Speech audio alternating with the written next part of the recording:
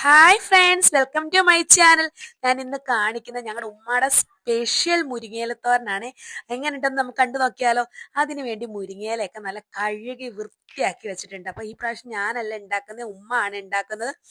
അപ്പൊ അതിനുവേണ്ടി എന്തൊക്കെയാ എടുത്തു വെച്ചിട്ടുള്ളതെന്ന് കാണിച്ചില്ല കേട്ടോ. ചെറിയ ഉള്ളി, വെളുത്തുള്ളി, മഞ്ഞപ്പൊടി, ജീരകം, മുളക് പൊടി, അതിൻ്റെ കൂടെ കുറച്ച് തേങ്ങായും കൂടി ഇട്ട് നമുക്ക് നന്നായിട്ടൊന്ന് ചതച്ചെടുക്കാം. അതിനുശേഷം ഞാൻ ഒരു പാൻ എടുത്തിട്ട് വെളിച്ചെണ്ണ ഒഴിക്കുന്നുണ്ട്. അതിനകത്തോട്ട് കുറച്ച് കടുക് നമുക്ക് പൊട്ടിച്ചെടുക്കാം. ഇതെല്ലാം ചെയ്യുന്നത് ആരാ? ഞങ്ങളുടെ ഉമ്മ ആണ് കേട്ടോ.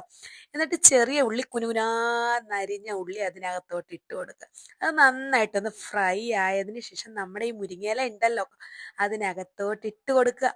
ഇട്ട് കൊടുത്തതിന് ശേഷം നമ്മൾ ചതച്ച് വെച്ചില്ലേ തേങ്ങായും വെളുത്തുള്ളിയും ചുവന്നുള്ളിയും എല്ലാം കൂടെ, അതും കൂടെ അതിനകത്ത് ഇട്ട് കൊടുക്കുക. ലോ ഫ്ലെയിമിൽ ഇട്ടുകൊണ്ട് വേണം ഇതൊക്കെ ചെയ്യാൻ കേട്ടോ. അതുകൂടെ ഇട്ട് കൊടുത്ത് നന്നായിട്ടൊന്ന് ഇളക്കി കൊടുക്കുക. ഉപ്പ് ഇട്ട് കൊടുക്കണേ, ഉപ്പിട്ട് കൊടുക്കാൻ മറക്കല്ലേ. അതുകൂടെ ഇട്ട് നന്നായിട്ടൊന്ന് ലോ ഫ്ലെയിമിലിട്ട് ഫ്രൈ ആക്കി എടുക്കുക. അതിനകത്തോട്ട് നമ്മൾ 2 മുട്ടയില്ലേ, അത് പൊട്ടിച്ചൊഴിക്കുക. അത് 2 മുട്ടയും കൂടെ പൊട്ടിച്ചൊഴിച്ചതിന് ശേഷം നന്നായിട്ടൊന്ന് ഫ്രൈ ആക്കി എടുക്കണം. ലോ ഫ്ലെയിമിൽ ഇട്ടാണ് ഇതെല്ലാം ചെയ്യുന്നത് കേട്ടോ. അത് സൂക്ഷിച്ചോണം കേട്ടോ, കരിഞ്ഞു പോകാൻ പാടില്ല.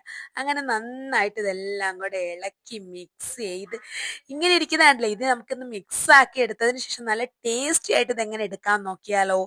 അങ്ങനെ ഇതെല്ലാം നന്നായിട്ട് ഇങ്ങനെ ഇളക്കി കൊടുക്കാതെ ഫ്രൈ ചെയ്തുകൊണ്ടിരിക്കണേ. എന്നിട്ട് നമുക്ക് ഒരു 2 മിനിറ്റ്സ് ഒന്ന് അടച്ചു വെക്കാം.